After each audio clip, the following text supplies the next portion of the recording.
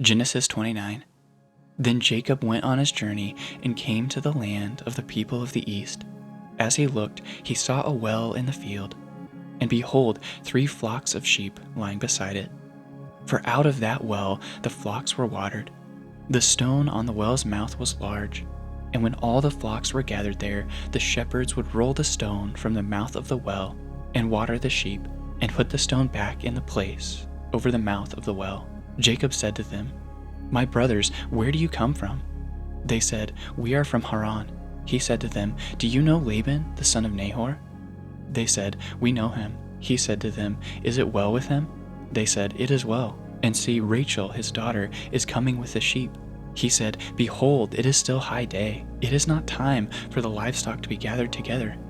Water the sheep and go, pasture them." But they said, "We cannot until all the flocks are gathered together, and the stone is rolled from the mouth of the well.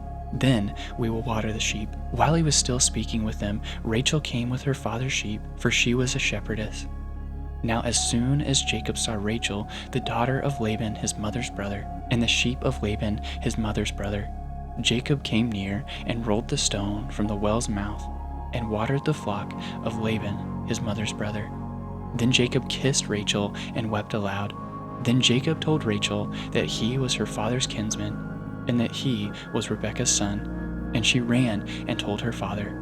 As soon as Laban heard the news about Jacob, his sister's son, he ran and met him, and embraced him and kissed him, and brought him to his house.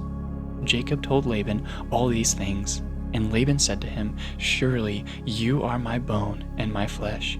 And he stayed with him a month. Then Laban said to Jacob, "Because you are my kinsman, should you therefore serve me for nothing? Tell me, what shall your wages be?"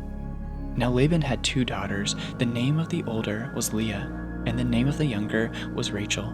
Leah's eyes were weak, but Rachel was beautiful in form and appearance. Jacob loved Rachel. "I will serve you 7 years for your younger daughter Rachel." Laban said, "It is better that I give her to you than that I should give her to any other man. Stay with me." So Jacob served 7 years for Rachel, and they seemed to him but a few days, because of the love he had for her. Then Jacob said to Laban, "Give me my wife, that I may go into her, for my time is complete." So Laban gathered together all the people of the place and made a feast. But in the evening he took his daughter Leah and brought her to Jacob, and he went into her. Laban gave his female servant Zilpah to his daughter Leah to be her servant. And in the morning, behold, it was Leah. And Jacob said to Laban, "What is this you have done to me? Did I not serve with you for Rachel? Why then have you deceived me?" Laban said, "It is not so done in our country to give the younger before the firstborn. Complete the week of this one, and we will give you the other also in return for serving me another 7 years." Jacob did so, and completed her week. Then Laban gave him his daughter Rachel to be his wife. Laban gave his female servant Bilhah to his daughter Rachel to be her servant.